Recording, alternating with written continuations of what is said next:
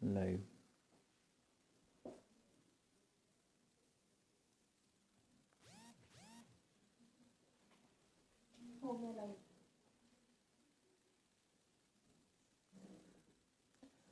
नमस्कार। सर्वप्रथम मैं जन सुलभ पुस्तकालय और इसके संयोजक अर्पण कुमार जी के प्रति हार्दिक आभार व्यक्त करता हूं कि उन्होंने मुझे इस महत्वपूर्ण मंच पर कहानी पाठ के लिए आमंत्रित किया है। कहानी पाठ मैं करूंगा ही, लेकिन यह आवश्यक है कि हम कुछ बातचीत करें ताकि हम कहानी या कविता या उपन्यास या कोई भी रचना कर्म आखिर करते क्यों हैं, तो इस पर पहले बात होना ज़रूरी है। उसके बाद रचना पाठ यानी कहानी पाठ। मित्रों, मेरे परिचय में इतना ही है कि 1961 पैदाइश है। उत्तराखंड में एक जनपद है अल्मोड़ा, वहाँ एक चर्चित पहाड़ी नगरी है रानीखेत। उसके एक बहुत ही इंटीरियर में बसे हुए विलेज जैंती में मेरा जन्म हुआ है। प्रारंभिक शिक्षा मैंने वहीं पहाड़ में ही पाई है और उसके बाद चूँकि पिता नौकरी पर थे तो अनेक स्थानों पर भ्रमण होता रहा और शिक्षा प्राप्त करता रहा। शिक्षा के साथ साथ कुछ फितरत ऐसी थी कि विवेकानंद से बहुत प्रभावित रहा और स्वावलंबन की भावना रही। तो बिहार में यह हुआ कि भाई अपने लायक धन पाने की व्यवस्था भी की जानी चाहिए ताकि अपने मन जैसे भी कुछ काम किए जा सकें। तो कई फुटकर नौकरियां, फुटकर रोज़गार करता रहा मैं पढ़ाई के साथ साथ भी। मैंने एमए हिंदी पीएचडी किया है और ये सब फुटकर नौकरियों के साथ हुआ। शिक्षा के बाद कई नौकरियों के बाद मैं फिर फैक्ट्री लाइन की ओर बढ़ गया, औद्योगिक संस्थान की ओर, और वहाँ मैंने पर्सनल डिपार्टमेंट में सीखा कि किस तरह मज़दूरों को मनोवैज्ञानिक रूप से कमज़ोर रखा जाता है ताकि वो सांगठनिक गतिविधियों को कायदे से संचालित न कर सकें। यह पाठ भी मैंने सीखा। क्योंकि साहित्य में मेरी अभिरुचि रही है तो इस पाठ को सीखने की प्रक्रिया में मैंने जाना कि किस तरह से मज़दूरों का शोषण होता है औद्योगिक संस्थानों में, किस तरह श्रमिक संगठनों को कमज़ोर किया जाता है।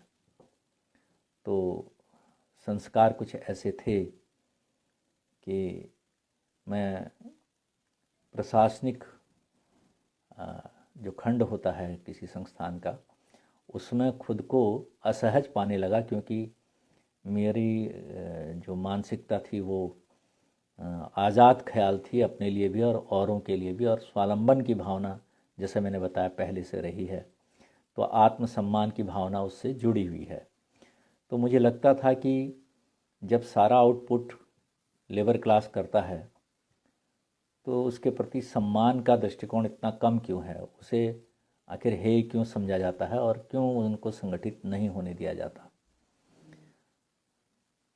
इस बीच यह भी हुआ कि क्योंकि मैं एक सामाजिक कार्यकर्ता रहा अपनी किशोरावस्था से ही, तो मुझे ऐसा वाक़या भी आया कि कुछ महत्वपूर्ण राजनीतिक संगठनों से मिलने का अवसर मिला। राजनीतिक समझ बढ़ने के साथ साथ श्रमिक संघर्ष को मैं और बेहतर और कायदे से और गहराई से और परिपक्वता के साथ समझ सका। और एक स्थिति ऐसी आई कि मैंने प्रशासनिक खंड से उस पद से इस्तीफ़ा दिया और मुकदमे वगैरह चलते ही हैं फैक्ट्रियों में, वो सब हुआ और डिमोशन लेकर के भी मैं श्रमिक संगठन के लिए काम करने लगा और हमने संगठन खड़ा किया, रजिस्ट्रेशन हुआ और फिर कई आसपास के अन्य औद्योगिक संस्थानों में भी हमने श्रमिक संगठन बनाए। तो मूलतः मैं वर्षों तक चूँकि फैक्ट्रियों में नौकरी करता रहा हूँ, तो टर्नर, वेल्डर, इलेक्ट्रिशियन, इन सब के बीच में मेरी मानसिकता वही है कि श्रम के सौंदर्य को कैसे स्थापित किया जाए। सामाजिकता का एक पहलू यह रहा कि मैं इसे भावुकता कहा जाए या करुणा कहा जाए या पर दुख कातरता कहा जाए, मुझे मेरी किशोरावस्था से ही कुष्ठ रोगियों के प्रति विशेष सहानुभूति उमड़ आई और मैं उनके लिए काम करने लगा। तो मैंने कुछ कुष्ठ रोगियों को इकट्ठा किया, उनसे बातचीत की और अपने नगर में उन्हें बसाने के प्रयास किए। मैं उनका उपचार करता था, उनके लिए दवाएं लाना, उनके बड़े ही करुणा विगलित हृदय से उनके सतर्क होकर के उनके घावों को साफ़ करना, दवाई पट्टी करना, उनके लिए खान पान की व्यवस्था करना, चंदा करना। और ये काम धीरे धीरे इतना बढ़ा कि कुष्ठ रोगियों को मैं इकट्ठा करता गया और जब कुछ समझदारी बढ़ी तो मैंने कोशिश करके उनके एक स्थान पर शहर में उनके बसने की, शहर किनारे व्यवस्था के बारे में प्रयास किए। कुछ भले लोग मिलते गए मुझे समाज के स्तर पर भी और शासन प्रशासन के स्तर पर भी, जिन सब के सहयोग से वो एक जगह पर एक भूखंड मिला जहां उनकी झोपड़ियां बनाई जा सकी। और आज स्थिति यह है कि वो एक भारी संख्या में वहाँ पर रहते हैं और उनके आवास की व्यवस्था भी काफ़ी हद तक सुधर चुकी है और ठीक हो चुकी है और उनका उपचार बराबर जारी है, जिसके लिए हमने सरकारी अस्पतालों में रजिस्ट्रेशन कराया और उन्हें नियमित दवाएं उन्हें उपलब्ध होती हैं। थोड़ा और बड़ा हुआ और परिपक्व हुआ तो लगा कि दुखों का निदान करुणा से संभव नहीं है। करुणा आवश्यक है, लेकिन निदान के लिए कुछ और समझदारी होनी चाहिए। वो इस स्तर पर कि किसी भी व्यवस्था को प्रथमतः और अंततः कोई ना कोई सत्ता संचालित करती है। सत्ता ही समस्याओं के समाधान का सर्वोत्तम उपाय देती है। तो यह लगा कि व्यवस्था को समझा जाए, व्यवस्था की स्थितियों को समझा जाए, उन स्थितियों के अभिप्रेत में जो मुद्दे हैं, जो कारण हैं, उनको समझा जाए। ये राजनीतिक समझ बढ़ने लगी तो सत्ता और व्यवस्था के अंतर संबंध और अंतर विरोध समझ में आने लगे और धीरे धीरे लगा कि बात केवल कुष्ठ रोगियों और केवल श्रमिक आंदोलनों की नहीं, एक व्यापक समाज की चेतना, सांस्कृतिक चेतना, राजनीतिक चेतना, इसके बढ़ने और परस्पर जुड़ने की है। धीरे धीरे मैं अनेक फुटकर और कुछ बड़ी नौकरियां करता हुआ पत्रकारिता जगत में पहुंच गया। दिल्ली और राष्ट्रीय सहारा में मैंने कई वर्ष काम किया। लेकिन मुझे जिन सपनों को लेकर मैं पत्रकारिता में गया था, लगा कि यहाँ भी अंदर खाने वही लालाबाद है। तो बहुत हद तक लगा कि हम जिन सपनों को लेकर आते हैं वे तो यहाँ एडिट हो जाती हैं, हम केवल समाचारों को एडिट करने भर का काम करते हैं। हमारे सपने वहाँ बाकायदा बहुत तरीके से एडिट होते हैं। तो खैर फिर बेचैनी बढ़ी।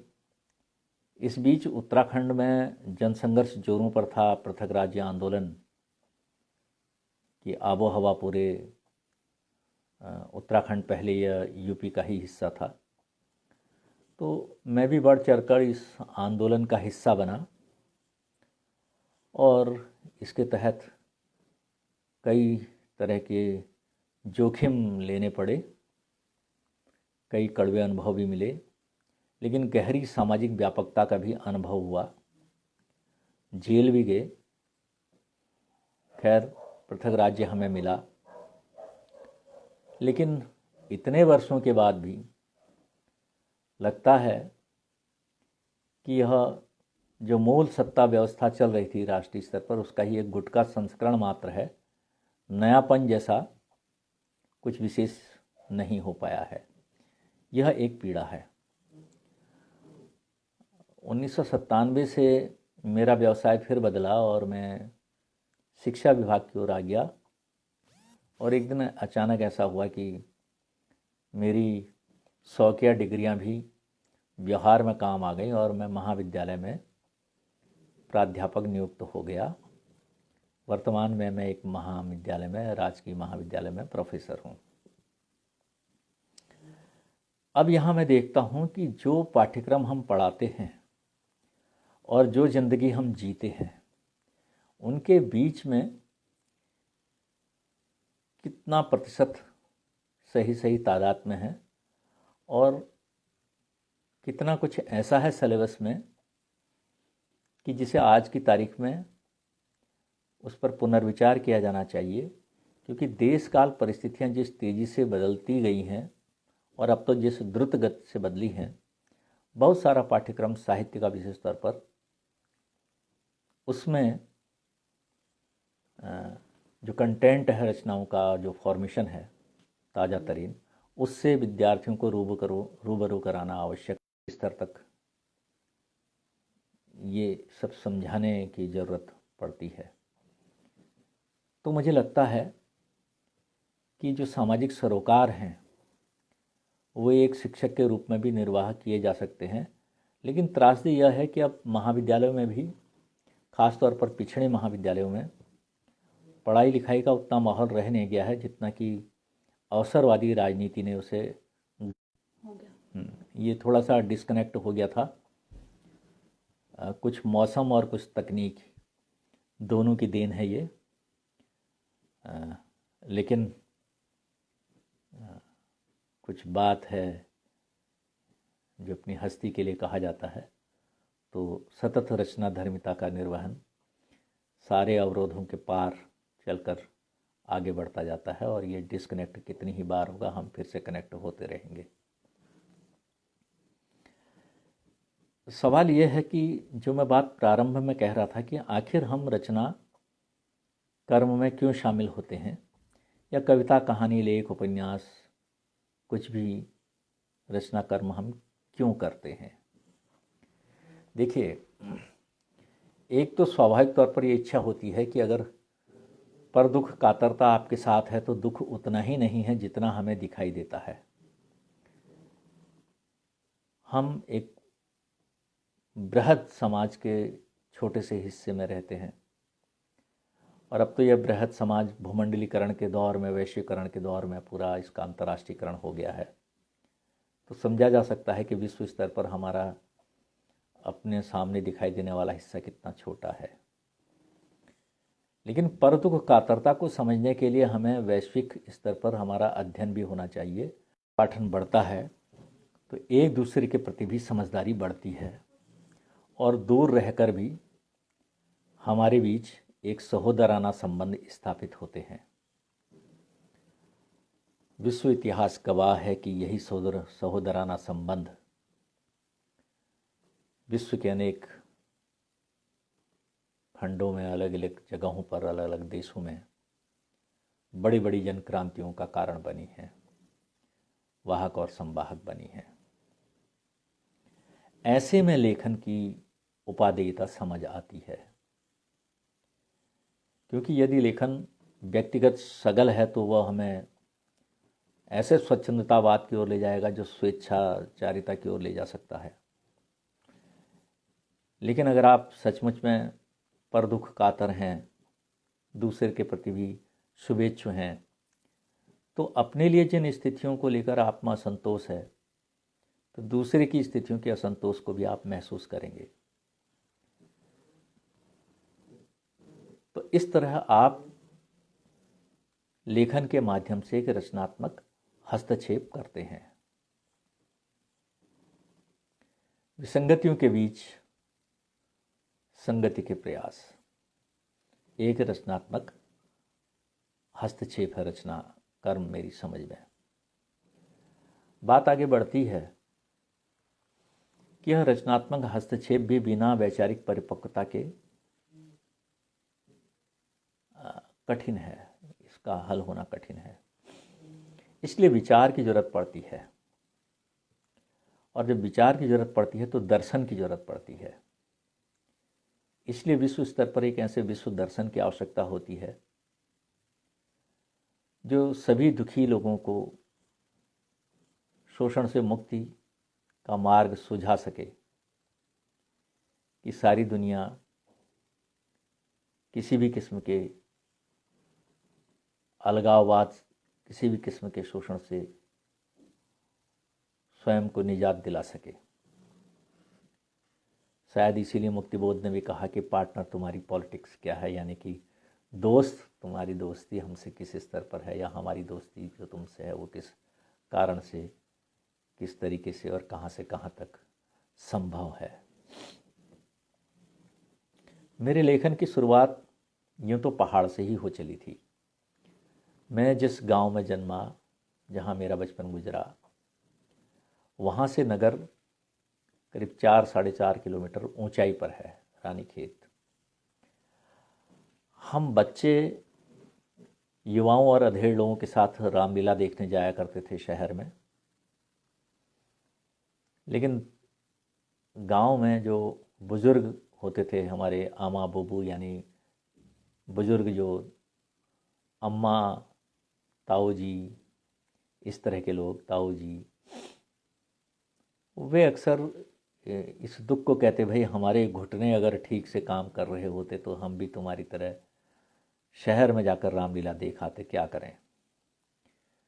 तो पता नहीं कहाँ से मन में ये ख्याल आया, क्योंकि मुझे कुछ जन्मजात सा ही, मतलब गवैया पैदा हुआ समझिए, प्रकृति से बेहद लगाव था, तो उसके विविध रंगों को कैसे गीतों में ढाला जाए, और गीत की भी समझदारी नहीं थी।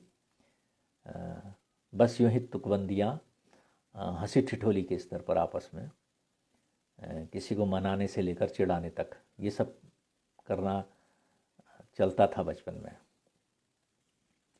कुछ बुजुर्गों ने कहा, यार इतने किस्से कहानी, इतनी हंसी ठिठोली करते हो, इतनी तुकबंदी लगाते हो, तो गांव में भी कोई छोटी मोटी रामलीला अगर आप लोग करते तो हम लोग भी देख सकते।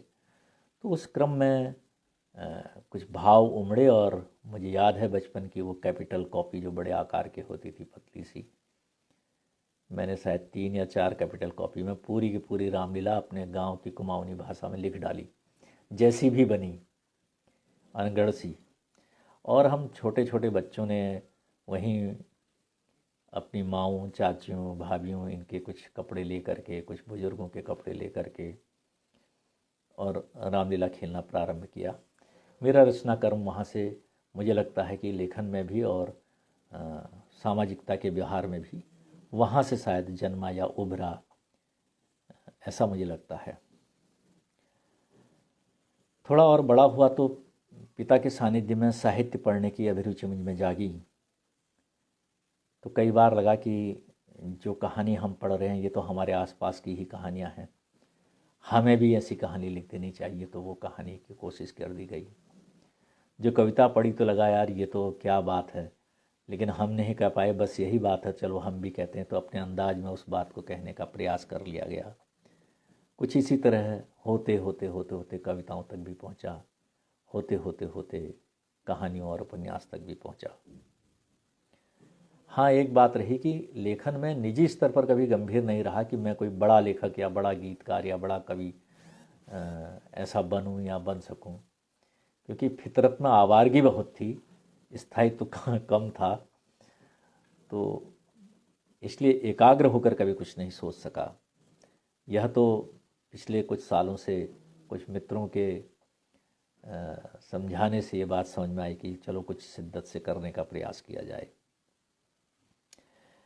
लेकिन लेखन में मेरे लिए महत्वपूर्ण यह है कि सबसे पहले आपकी रचना के अंतर्वस्त्र क्या है, ये बहुत महत्वपूर्ण है।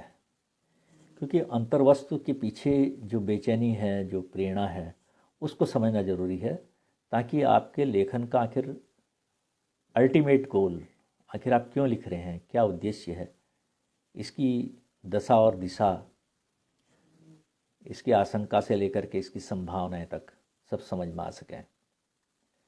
इसके लिए पात्रों के पास हम जाते हैं तो देखना होता है कि हमारे पात्र के व्यक्तित्व गठन किस तरह से हो रहा है, या व्यक्तित्व का विखंडन किन कारणों से हो रहा है, यह समझने की बात होती है। यह बात जिस कहानी का मैं पाठ करूँगा इसमें भी है, इसके अंतर्वस्तु भी यही है। इसका क्षेत्र पहाड़ ही है। अंतर्वस्तु में स्त्री है, स्त्री का संघर्ष है, स्त्री का सपना है, स्त्री की टूटन है, और जिंदगी के प्रति स्त्री के कमिटमेंट भी हैं। कोशिश ये की गई है कि पहाड़ में जीवन के अनुभवों से त्रस्त हार मान जाती हुई स्त्री को मृत्यु के पास जाने से किस तरह उसकी बेटियां यानी नई पीढ़ी रोकती है और ज़िंदगी के प्रति उसकी वापसी करती है। उनके इस सहकार को लेकर के ही इस कहानी का ताना बाना बुना गया है, क्योंकि लेखन में मेरा उद्देश्य है अंततः सकर्मक रचना धर्मिता। मैं पूरी तरह से सकर्मक रचना धर्मिता का पक्षधर हूँ।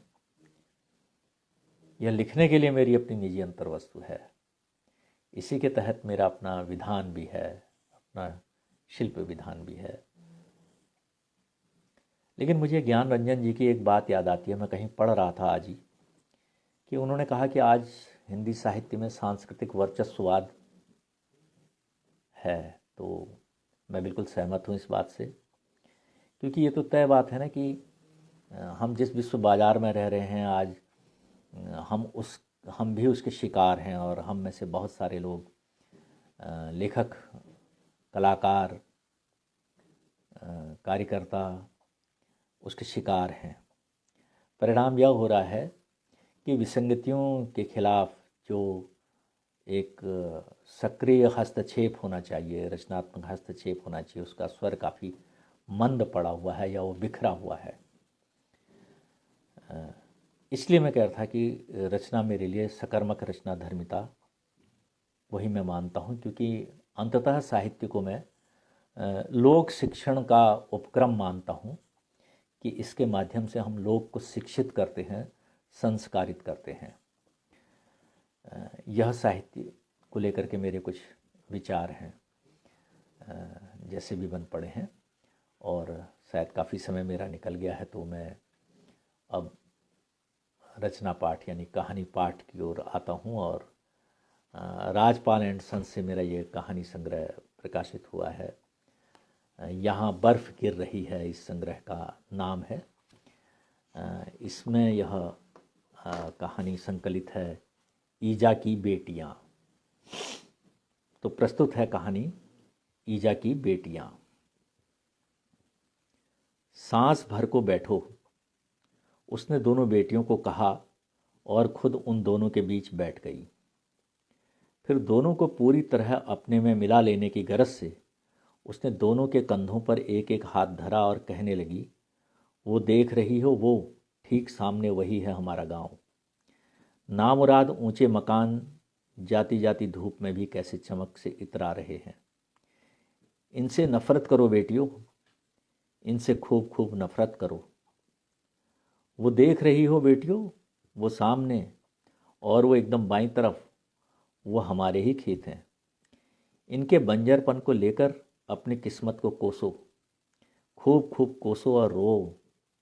और वो देख रही हो बेटियों, वो ऊंचाई पर शहर के बीचों बीच चमकता हुआ हमारा ही बाजार है।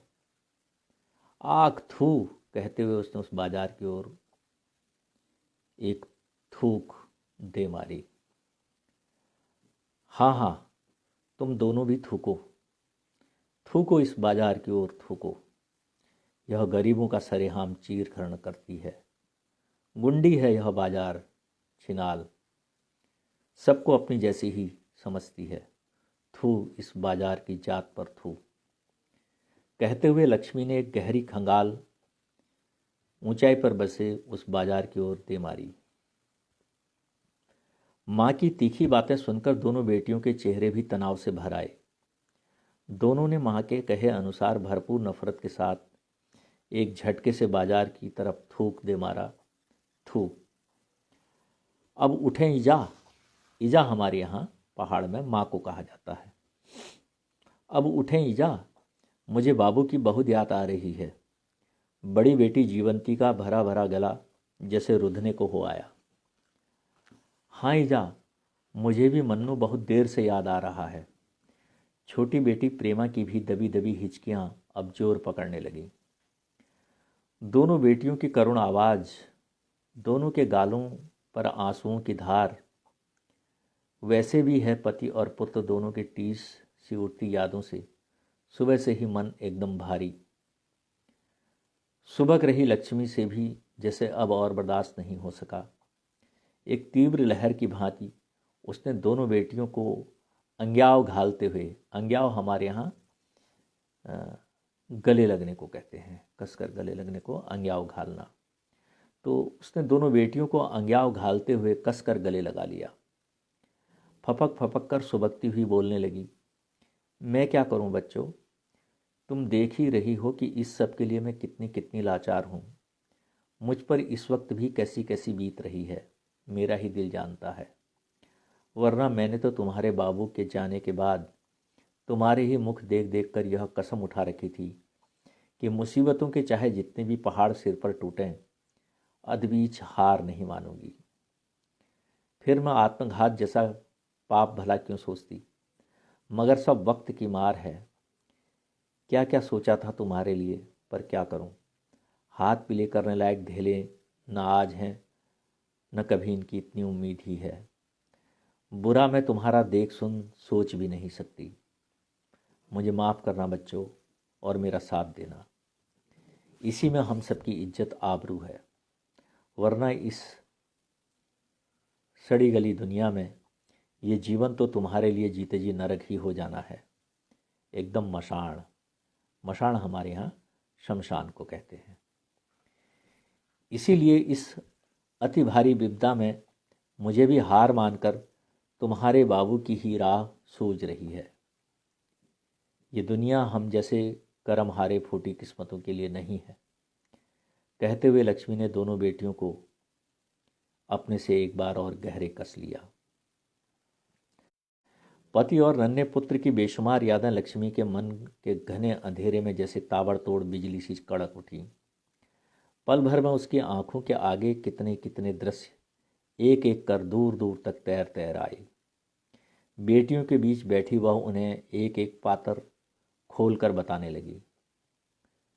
वह पूरे 14 साल पहले की दिसंबर के जाड़े की एक बेहद ठंडी रात ठहरी, यानी 31 दिसंबर की रात, यानी पुराने होते साल के पूरी तरह बीत जाने और नए साल के उगने का एकदम खास वक्त। हाँ, तो 31 दिसंबर के उस रोज़ तुम्हारे बाबू अपने 2 बैलों की जोड़ी और साथ में गाय बछड़े को भी लेकर उन्हें बेचने पशु मेले गए हुए थे। क्या करते, वह तो बैंक और बनिए की कुर्की कर देने के दबाव से बचने का हर संभव उपाय करने में जी तोड़ जुटे हुए थे। लेकिन जब रात के पूरे 10 बजे तक भी वे घर नहीं लौटे तो मेरी घबराहट बढ़ने लगी। चुड़फड़ाहट पड़ गया। चुड़फड़ाहट हमारे यहाँ बेचैनी को कहते हैं।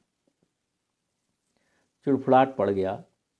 मैंने गांव भर में खोजबीन शुरू कर दी, लेकिन तुम्हारे बाबू न तो कहीं मिले और न उनके बारे में कुछ खबर बात ही मिली। उनके बाबत जिससे बात की उसने मुझको कुछ देर धैर्य रखने को कहकर एक तरह से खोजबीन पर वहीं विराम सा लगा दिया। मैं अपना सा मुंह लेकर घर वापस आ गई। लगभग घंटा 1.5 घंटा खुद को किसी तरह थामे रखा, लेकिन उनकी चिंता रुलाई बन बनकर अब फूटने को हो आई। दरअसल यह दुनिया सिर्फ पैसों के यार और अपने ही स्वार्थ की हुई। चिंता की इस कपा देने वाली घड़ी में यह बात अब मेरे लिए शीशे की तरह साफ हो आई थी। हद तो तब हो आई जबकि तुम्हारे बाबू के खास दोस्तों तक ने मुझसे 2 टूक कह दिया कि तेरा जगदीश्वर तो खासा चालाक और लालची आदमी है, वरना हमारी गौशाला क्या बुरी थी उन दोनों बैलों और गाय बछड़ों के लिए जो उसने इन गाय बच्चों को हमें न देकर बेचने की सोची, बाजार जाकर बेचने की। कौन सा हम तुम्हारे पैसे मार देते, 2-4 महीने में पूरे कर ही देते।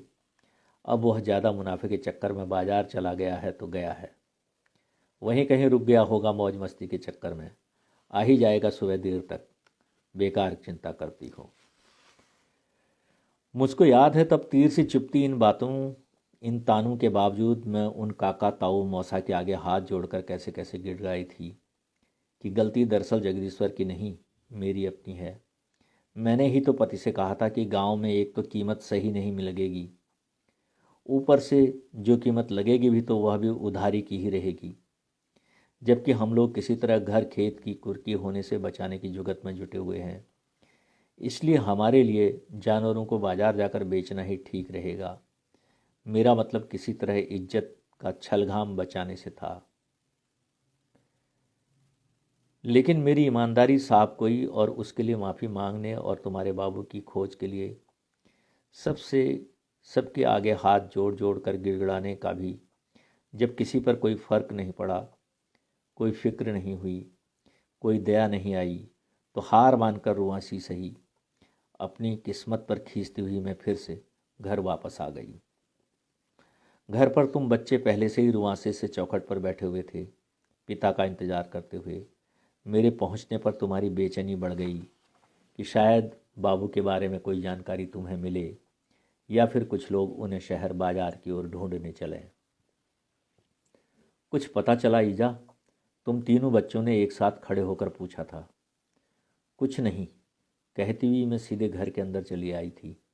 मंदिर में भगवान के आगे दोनों हाथ जोड़कर माथा टेका, मनौती मांगी, उचैन रखा और लालटेन उठा ली। आंगन में आकर तुम्हारे बाबू की राह ताकती बेचैन खड़ी हो गई। तुम बच्चे मेरे अगल बगल आकर सहमे से खड़े हो गए थे, मेरी तरह बराबर फिक्र में डूबे हुए, भगवान से प्रार्थना करते हुए। मैं गांव समाज के आज के व्यवहार को लेकर खासी आहत और हैरान परेशान थी। लोभ और पैसा इंसान को किस तरह चालाक, काइयाँ और क्रूर बना देता है, मैंने अपने जीवन में इतने खुले रूप में पहली बार सीधे सीधे अनुभव किया था। गांव में किसी की फसल कुछ ज़्यादा अच्छी हो जाने पर, या किसी के बछड़े के अच्छा बैल बन जाने पर, या कैसी भी उन्नति तरक्की पर बाकी बहुतों के बीच ईर्ष्या, डाह, द्वेष और फिर परस्पर रार तकरार तो अब तक से खूब देखने को मुझे मिली है। लेकिन मुसीबत की ऐसी घड़ी में भी ऐसी अमानवीयता कि मानवता का ही कत्ल हो जाए, देख देख कर, सोच सोच कर भीतर तक मेरी रूह कांप गई थी। अगाध दुख, खीज और आक्रोश से भर गई थी मैं। तुम बच्चों में धैर्य बनाए रखने की खातिर खुद की रुलाई को फूटने से मैं किसी तरह रोके हुई थी। लेकिन बाजार से घर काफ़ी दूर और निपट काली बिल्ली किसी काली रात उस रोज छाई हुई थी। मेरा मन बिहड़ रास्ते के तमाम उकाव, हुलार और गधेरे पर अक्सर हमला कर देने वाले जंगली जानवरों और लुटेरों के तरह तरह के डर से थर थर काँपे जा रहा था। लगातार अपशकुन भरे ख्यालों से भरा दबा जा रहा था। फिर मन हुआ कि मैं एक बार और 2 खेत ऊपर बसे अड़ोस पड़ोस के दरवाजे खटखटाऊं, सहायता के लिए हाथ पैर जोड़कर कुछ निवेदन करके देखूं कि तभी घर की ओर कुछ आवाज़ें आती सुनाई पड़ीं। जैसे मेरी सांस में सांस आ गई थी। लालटेन थोड़ी ऊंची उठाकर बेचैन सी में प्रतीक्षा करने लगी। ये गांव भर से आई 7-8 औरतें थीं, 2 पुरुषों को भी साथ लेकर आई थीं। उन्होंने आते ही मुझे और तुम बच्चों को ढाढ़स बंधाना शुरू कर दिया। मैं तत्काल उन्हें अंदर कमरे में ले गई, दरी बिछाकर उन्हें बैठाया। बड़ी बेटी को सबके लिए चाय बनाने को कहकर मैं उनके साथ अपनी चिंता बांटने लगी ही थी कि बाहर आंगन पार से हरिओम हरिओम हरिओम हरिओम की धीरे धीरे नज़दीक आती हुई आवाज़ें सुनाई पड़ने लगीं। आवाज़ें सुनकर हम सभी औरतें एक साथ चौंक पड़ी थीं, लेकिन हमारे साथ बैठे हरक सिंह और किशन पंत जी ने जैसे तत्काल इन आवाज़ों को पहचान लिया था, हमें समझाते हुए बोले, अरे नीचे नदी मंदिर के बाबा लोग हैं। हर अमावस की रात 12 बजे के बाद बस ये लोग यूं ही घूमते रहते हैं। 2 गिलास चाय इनके लिए भी तैयार कर दी जाए, अच्छा साथ हो जाएगा। वैसे भी जाड़ा इस बार कुछ ज़्यादा ही पड़ रहा है। मेरा दिल जोरों से धड़कने लगा। क्या पता तुम्हारे बाबू नदी पर से इनके ही साथ आ रहे हों। इसलिए किशन पंत जी के साथ साथ मैं भी बाबाओं के स्वागत को बाहर पटांगण में चली आई। पटांगण हमारे यहाँ आंगन को कहते हैं। राम राम बाबा जी। राम राम शमशान बाबा, राम राम पंडित जी, राम राम ठाकुर साहब। दोनों बाबा लोग भी उन्हें पहचान गए थे। बैठिए बाबा जी, चाय बनी है, 2 घूंट पीकर ही जाइए। जी बाबा जी, मैं आगे आगे बोली। लेकिन उनके साथ जगदीश्वर यानी तुम्हारे बाबू को न पाकर मैं एकदम निराश हो गई। चिंता से मन में उद्वेग छा गया। लेकिन मैं कुछ पूछती कि तभी मंदिर वाले बाबा जी ने किशन पंत जी को एक किनारे ले जाकर उनके कान में कुछ कहा। किशन पंत जी ने भी तत्काल उसी तरह हड़बड़ाते हुए हरक सिंह जी को हाथ पकड़कर किनारे ले जाकर उनके कान में कुछ कहा। फिर सहसा वे दोनों ही मेरी ओर मुखातिब होकर बोले, आप अंदर बैठिए, हम जरा 8-10 लोगों को लेकर नीचे नदी तक जाते हैं। यह सुनकर मेरे सिर से पांव तक जैसे बिजली दौड़ गई। क्यों, क्या हुआ? मैंने घबराते हुए सवाल किया। कुछ नहीं, दरअसल जगदीश्वर दाजू वहीं बैठे हुए हैं, मंदिर के पास ही। तो क्या आज इतनी लगा ली है उन्होंने कि सुधबुद्धि खो गए? उठाकर लाना होगा क्या उन्हें? मैंने कुछ कुछ घबराते और कुछ कुछ खींच के साथ पूछा। आप अंदर बैठो तो सही, हम अभी आ रहे हैं। कहते हुए वे सभी लोग गांव के निचले मोहल्ले की ओर बढ़ गए। मैं अंदर आकर फिर से औरतों के बीच अपना चिंता भरा सिर पकड़कर बैठ गई थी। औरतें मुझे ढाढ़स बधाती जा रही थी और मन ही मन भगवान से मनौती पर मनौती किए जा रही थी। इसी सब के बीच पिछले कुछ सालों में गांव में आए इस तरह के कई कई अन्य संकटों, मुसीबतों और संघर्षों की चर्चा भी उभर उभर कर सामने आ जा रही थी। फिर चाहे वह पिछले कई सालों से समय पर बारिश न होने के कारण खेतों में फसल न उग पाने या सूखा पड़े रह जाने का संकट हो, या किसी किसी खेत में जैसे तैसे उगाए थोड़े बहुत अनाज को बंदरों तथा अन्य जंगली जानवरों से किसी भी तरह बचा लेने का संकट हो, या खेती, मकान और बेटियों के विवाह जैसे बड़े और ज़रूरी कामों के लिए बैंक और बनिए के लिए कर्ज को समय पर न निपटा पाने और ब्याज बढ़ते चले जाने से घर की कुर्की आ जाने का संकट हो, या गांव के युवाओं और बड़े अन्य पुरुषों का रोजगार की तलाश में दूर दिल्ली, मुंबई, पंजाब जैसे बड़े नगरों की ओर चले जाने की मजबूरी का संकट हो, या किसी तरह गांव में रह गए युवाओं पुरुषों का खेत, घर, जानवरों की देखभाल में बिल्कुल भी हाथ न बटाने और दिन भर दुकानों में ताश जुआ खेलते रहने और फिर शाम को शराब पीकर घर आने और मारपीट उत्पात मचाने का संकट हो, या फिर गांव समाज में आपसी ऊंच नीच या लेन देन को लेकर होने वाले झगड़ों का संकट हो, या गांव भर की तमाम औरतों का सुबह मुंह अंधेरे से लेकर देर रात तक घर खेत में खटते खपते रहकर भी पिटते रहने और भूखे पेट सो जाने का संकट हो, या फिर कभी कभी इन तमाम संकटों से उपजी कुंठा और हताशा में डूबकर आत्मघात तक पहुंच जाने का कोई दर्दनाक संकट हो। मुझे इन संकटों, संघर्षों और पीड़ाओं के हर किस्से में बार बार पति जगदीश्वर ही घिरे नजर आ रहे थे। मन बार बार कांप कांप कर मुंह को आ रहा था। चेहरा बार बार आंसुओं की धार से तरबतर हुआ चला जा रहा था। वैसे यह सब सुन सुनकर मेरा कलेजा चाक हुआ जा रहा था, क्योंकि मैं इस वक्त अपने जीवन की शायद सबसे बड़ी और सबसे भारी विपदा से गुजर रही थी। मेरा पति गांव से पूरे 1.5-2 मील नीचे नदी किनारे शमशान से लगे मंदिर के पास पड़ा हुआ था और उसकी ठीक ठीक अवस्था का पता भी नहीं था। घर से वह सुबह 4 जानवरों को बेचने के लिए बाजार गया। अब पता नहीं कि वापसी में उसने इतनी शराब पी ली कि किसी तरह मंदिर तक आकर बेसुध गिर गया, या फिर पैसे होने के कारण रास्ते में उसके साथ कोई लूटपाट जैसी घटना घट गई। मैं इस चिंता में डूबी जा रही थी कि जाने कितना घायल हुआ होगा वह, या फिर कोई अनहोनी इससे भी बढ़कर तो नहीं हो गई उसके साथ। रात आधी से अधिक बीत गई और अभी तक नदी से कोई कुशल संदेश वाली बात को लेकर ऊपर नहीं आया है। मेरी आशंका इस सबसे और भी अधिक गहराने लगी। मैं रोती सिसकती व्यग्रता से पौ फटने का इंतजार करने लगी। अब पौ फटने फटने को थी। मैं 3-4 महिलाओं को साथ लेकर नदी को जाने की सोच रही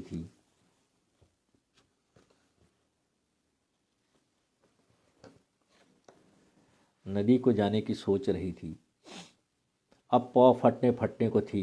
मैं 3-4 महिलाओं को साथ लेकर नदी को जाने की सोच ही रही थी कि घर के नीचे कुछ दूरी से कई सारी मिलीजुली आवाज़ें गूंजती हुई पुनः ऊपर की ओर आती महसूस हुई। मैं जैसे बाघ की तरह छलांग लगाती भीतर से बाहर आंगन में उतर आई। अपशकुन भरी डरी हुई तमाम चिंताओं से मैं भीतर भीतर थर थर काँप रही थी। लेकिन मेरी किस्मत को तब वही देखने को मिला जिसकी आशंका मुझे गई रात से खाए जा रही थी। जगदीश्वर यानी तुम्हारे बाबू की पानी से तरबतर भीगी हुई लाश जैसे ही आंगन में रखी गई, मैं एक भारी चीख के साथ उनकी छाती पर सिर देती बेहोश गिर पड़ी थी। लोगों ने बताया कि दरअसल जब वे जानवरों को लेकर बाजार जा रहे थे, हमारे पुराने देनदार बनिए ने कर्ज वसूली का मौका ताड़ा और कुछ पैसे खर्च कर कुछ गुंडों से उनको उनके पीछे लगवा दिया था। तब उन गुंडों ने बीच रास्ते में ही जगदीश्वर को रोका। जमकर उनकी ठुकाई करने के बाद उन्हें वापस गांव की ओर दौड़ा दिया। चारों जानवरों को ये गुंडे अपने साथ हाँक ले गए। तब जिंदगी और दुनिया, समाज, सरकार से चौतरफा बुरी तरह मार खाए हुए तुम्हारे पिता जगदीश्वर जाने किस गहरी पीड़ा और उदासी में नीचे नदी किनारे खड़े शमशान मंदिर वाले औघड़ बाबा के पास ठहर गए थे। देर रात तक जीवन की अपनी तमाम असफलताओं को लेकर अपने नसीब को कोसते हुए भंग, चरस और शराब में डूबते उतराते ही रहे। फिर एकाएक बड़े घर जाने की बात कहते हुए किसी तरह वह उठे। लड़खड़ाते हुए पहले कुछ कदम घर के रास्ते की ऊपर की ओर आए और फिर एकाएकी पहाड़ी के एक किनारे पर से उन्होंने अचानक ठीक नीचे बह रही गहरी नदी में सीधे छलांग लगा दी थी। इस तरह उनके जाने के बाद से जिंदगी के दांव पर अब मैं खड़ी हुई। वे तो जिंदगी से हार चुके थे। अपने गम में वे यह भी नहीं सोच पाए थे कि उनके बाद यह घर आखिर कैसे चलेगा। बीच चौराहे पर बेसहारा छोड़ गए थे हमें। एक और घर कुर्की को था, दूसरी तरफ अब तुम 3 छोटे छोटे जन मेरी गोदी से चिपके हुए थे। क्या करती मैं? दुनिया, समाज, जिस तरह की भी आंधी अंधड़ ओले हूँ या फिर कोई विश्वासघात, सब सीधे जैसे मेरे सिर के ऊपर ही बरसते हैं। कितनी बार तो तुमको बता भी दिया है कि तुम्हारे बापू को गुजरे अभी 3 महीने भी पूरे नहीं हुए थे। बैंक वालों ने पुलिस पटवारी को साथ लेकर 6 में से 4 खेत तो हमारे कुर्की ही करा दिए। पुराने प्रधान ने भी वे खेत इतने झटपट खरीदे कि क्या बताऊं। वह तो भला हो खीमानंद जी का, भगवान उनकी 100 बरस उम्र करे। उन्होंने ही लोगों से कह कहकर जैसे तैसे कुर्की होने से बचाया। इधर खेत भी 2 ही बचे थे, एक गथेरे किनारे का रौखड़ वाला तो दूसरा पहाड़ के ऊपरी धार वाला। एकदम बंजर जमीन दोनों जगह। कुछ भी वो फसल में दाने आते ही भगवान जैसे हर बार रूठ जाता है। गधेरे की बाढ़ नीचे वाले खेत को चाट जाती है तो ऊपर वाले खेत में पानी के बिना बस बमुश्किल 2-4 सेर दाने उग पाते हैं। उनमें से भी आधे तो बंदर चट कर जाने वाले ठहरे। इधर गोठ भी एकदम सूना हो गया था। मायके से एक रोज़ बड़े दाजू नई ब्याई हुई गाय को लेकर आए, साथ में बच्चा थी। उधर बुआ ने भी बकरी के 2 पाठे भिजवा दिए थे। इस तरह गौशाला फिर खड़ी हो पाई। तब कुछ गाय का दूध भी बेचा, कुछ लोगों के खेतों में मजदूरी भी की। कैसे कैसे करके पाला है मैंने तुम लोगों को। फिर 5-7 बरस पूरे होने पर तुम दोनों के नाम मैंने किसी तरह स्कूल में लिखवाए। पूरे 5 पास तक तुम्हें करवाया। आगे बाहर भेजने की मेरी हिम्मत न ठहरी, न मेरी माली हालत। दिन में भी घर पर तुम लोगों को अकेला नहीं छोड़ सकती थी। जमाना शुरू से ही दिन ब दिन खराब ही होता आया है। गरीब बेटियां बड़े होते ही गांव समाज की नज़रें बदलने लगती हैं। हर कोई उनका अपनी तरह इस्तेमाल चाहता है। धीरे धीरे हालात इतने बिगड़ गए कि जो छोटे बड़े आवारा बदमाश मुझ पर नज़र गड़ा गड़ा कर थक हार गए थे, अब तुम पर नज़रें गड़ाने लगे। बस इसी डर से मैं घर, खेत, जंगल हर समय तुम लोगों को अपने साथ खड़ी रखती हूँ। इधर यह नई मुसीबत आन पड़ी कि पहाड़ की चोटी पर सरकारी टूरिस्ट हॉस्टल आ गया। बदकिस्मती से रास्ते के बीच हमारा ऊपर वाला खेत भी आता है। लोग बाग बता रहे थे कि थोड़े बहुत रुपये दे दिए जाएंगे, लेकिन वह खेत भी रास्ते के नाम कुर्बान होगा ही। उधर इन्हीं टूरिस्टों के लिए ही नीचे गधेरे को झील बनाने का उससे अच्छा खासा चौड़ा रास्ता किया जा रहा था। दोनों तरफ से कुछ पहाड़ भी कटेगा, मतलब कि अब हम उधर घास के लिए भी नहीं जा सकते। एक तो हमारे खेत जंगल खत्म हुए, दूसरे खुद उनसे क्या कम खतरा है हमारी इज्जत को। तो इस तरह भी हमें अपनी बलि चढ़ जाना ही हमें एकमात्र नसीब दिखाई देने लगा। जब से इन खेतों की वास्ते नपाई हुई है, मैं बहुत परेशान हूँ। बचाव का कोई उपाय अपने पास है नहीं, कोई ऐसा हमारा है नहीं जो कुछ मुझ गरीब की भी सुन ले। अब तो 21 की हुआई है और यह 18 की। शादी की उम्र है दोनों की, मगर जेब में रत्ती भर पाई नहीं है कि किसी के भी हाथ में पीले कर सकूं।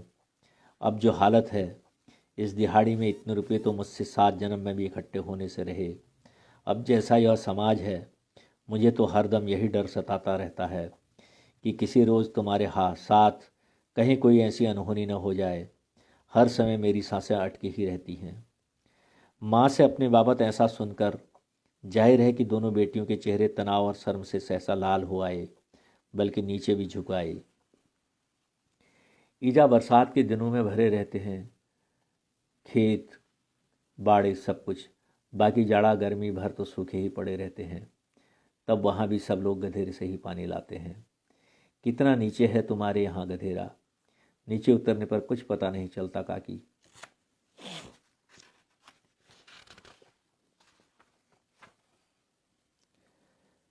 थोड़ा सा ये मिसप्रिंट हो गया यहाँ पर। माँ से इस बाबत ऐसा सुनकर जाहिर है कि दोनों बेटियों के चेहरे तनाव और शर्म से सहसा लाल हो आए, बल्कि नीचे झुकाए। ईजा, क्या शादी करना ज़रूरी है? नहीं करेंगे हम शादी। बाकी मजदूरी कर अभी भी तो हम अपना गुजारा कर ही रही हैं ना, बड़ी बेटी जीवंती ने धैर्य बधाते हुए कहा। चुप, कुछ नहीं समझती तू अभी। ये जिंदगी आदमी से कब क्या न करा दे, किसी को खबर नहीं। आखिर तो तुम लोग हाड़ मांस के ही इंसान हो। दुनिया समाज का सब पर असर पड़ता है। देखा देखी सबके मन में खुद भी बहुत कुछ आता है, समझी? अभी तुमने ज़िंदगी को देखा ही कितना है। माँ ने जैसे कुछ प्यार से मगर सख्त लहजे में दोनों बेटियों को समझाया। दोनों बेटियां माँ को हतप्रभ होकर देखती ही रह गईं। फिर भी छोटी बेटी ने प्रतिवाद किया। ईजा, तूने जितना हमारी मौत के लिए सोचा, इतना अगर हमारी ज़िंदगी को लेकर सोचा होता तो सचमुच कितना ज़्यादा अच्छा होता। हाँ ईजा, बिल्कुल ठीक कह रही है यह। मेरे मन में भी एकदम यही बात है। सुन, तू एक बार फिर से सारा भला बुरा जरा ठीक से सोच के तो देख। आखिर तेरी बेटियां हैं हम, कोई दुश्मन थोड़ा ही हैं। कहते कहते बड़ी बेटी का गला भर आया। मत रो दीदी, ईजा के लिए तो सिर्फ बोझ हैं हम, सिर्फ दुर्भाग्य। वरना दुनिया समाज में जिनके बाबू नहीं रहे, वे बेटियां जी थोड़ा ही रही हैं। सबकी ईजा ऐसा ही कर रही हैं, हमारी ईजा के जैसा। क्यों ईजा? दीदी को रुआंसा देखकर छोटी बेटी ने भी फिर से एक बार और अपना विनम्र प्रतिकार दर्ज कर दिया, लेकिन कहते कहते उसकी भी जैसे रुलाई फूट पड़ी। जीवन के तमाम तमाम रंगों से जुड़े हजारों हजार सवालों से भरी भरी बेटियों का सामना अब माँ को एकाएक जैसे कठिन पड़ गया। बल्कि वह न केवल सकपका गई, बल्कि वहीं पर भरभरा कर सुबक सुबक कर रो पड़ी। तब अदम्य जिजीविषा से भरी इन दोनों बेटियों ने इस चुनौतीपूर्ण आसन्न संकट में भी धैर्य नहीं खोया। वे उनके प्रति ईजा के प्रेम, ईजा की पीड़ा और ईजा की चिंता को गहराई से समझ रही थी। उन्होंने तत्काल माँ की कमर पर घास के लिए लगी दोनों दरांत निकाल ली और एक एक दरात बांट कर अपनी अपनी कमर से लगा ली। फिर खुद पर नियंत्रण रखती हुई ये दोनों बेटियां बहुत आदर, बहुत प्रेम और बहुत हिम्मत के साथ माँ को संभालती हुई घर वापसी के लिए धीरे धीरे पहाड़ उतरने लगी। समाप्त। यह कहानी यहाँ समाप्त होती है। कहानी का शीर्षक है ईजा की बेटियां। पहाड़ों के संकट सभी जानते हैं, स्त्रियों के संकट और ज़्यादा गहरे और ज़्यादा व्यापक हैं। लेकिन नई पीढ़ी इन संकटों के समाधान के लिए नए उपाय सोचती है और अपने आत्मबल को बनाए रखने के लिए सहकार के भाव में जीती है। दोनों बेटियों ने जिस तरह से अपनी माँ को आत्महत्या से मोड़कर घर की ओर उसका रुख किया, यह नए स्त्री विमर्श के लिए मुझे महत्वपूर्ण लगा कि नई पीढ़ी नए सपनों के लिए नए संघर्ष को कबूल करती है और शायद इसी ओर उसका समाधान है। तो यह है यह कहानी। हाँ, इस बीच कई मित्रों ने साझा किया है इस कार्यक्रम को, तो मैं बराबर उस ओर ध्यान नहीं दे पाया कहानी पाठ के चलते। तो आप सबको भी मेरा नमस्कार है। आपने ये कार्यक्रम सुना। मैं आपके सवालों का भी इंतज़ार करता हूँ कि अगर कोई सवाल बनते हो तो आप लोग सवाल भी कर सकते हैं, वरना मैं अपनी बात आपसे दर्ज कर चुका हूँ। कुल मिलाकर मैंने जैसा कि प्रारंभ में कहा था कि मेरे लिए लेखन सकारात्मक रचना धर्मिता ही है। इसलिए मुझे लगता है कि व्यक्तिगत सगल का कोई मतलब नहीं है। हम समाज की एक इकाई हैं तो हमारी सामाजिक जिम्मेदारियां बनती हैं और उसके लिए हमें स्वस्थ साहित्य जो हमारी परंपरा में, हमारी विरासत में हमें मिला है, पूरे देश दुनिया के संकटों के खिलाफ संघर्ष करने वाला साहित्य हमें प्रेरित करता है। और हम प्रेमचंद की परंपरा को आगे बढ़ाते हुए या अंतर्राष्ट्रीय स्तर पर और भी तमाम ऐसे बड़े लेखक रहे हैं जिन्होंने अपने अपने देश दुनिया के संकटों की अभिव्यक्ति दी है। साहित्य वही है जो अपने समय को अभिव्यक्त करे, लेकिन समय को अभिव्यक्त करते वक्त समय का जो भीतरी चेहरा है उसको इस तरह से सामने लाए कि पाठक की आंखें आगे का रास्ता कुछ बेहतर देख सकें। इसी के साथ मैं अपनी बात यहाँ समाप्त करता हूँ। नमस्कार।